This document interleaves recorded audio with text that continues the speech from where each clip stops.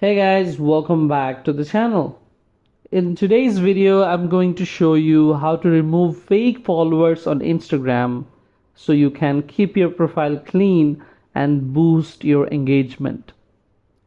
Fake followers can hurt your account's credibility and sometimes even prevent your post from reaching real users. Let's fix that together. First, open your Instagram app and go to your profile by tapping on your profile icon in the bottom right corner. Once you're on your profile, tap on Followers. Here you will see a list of everyone following you. Take a moment to scroll through the list and look for any suspicious accounts. You know the ones, accounts with no profile pictures, generic names or random usernames, and those that don't post any content.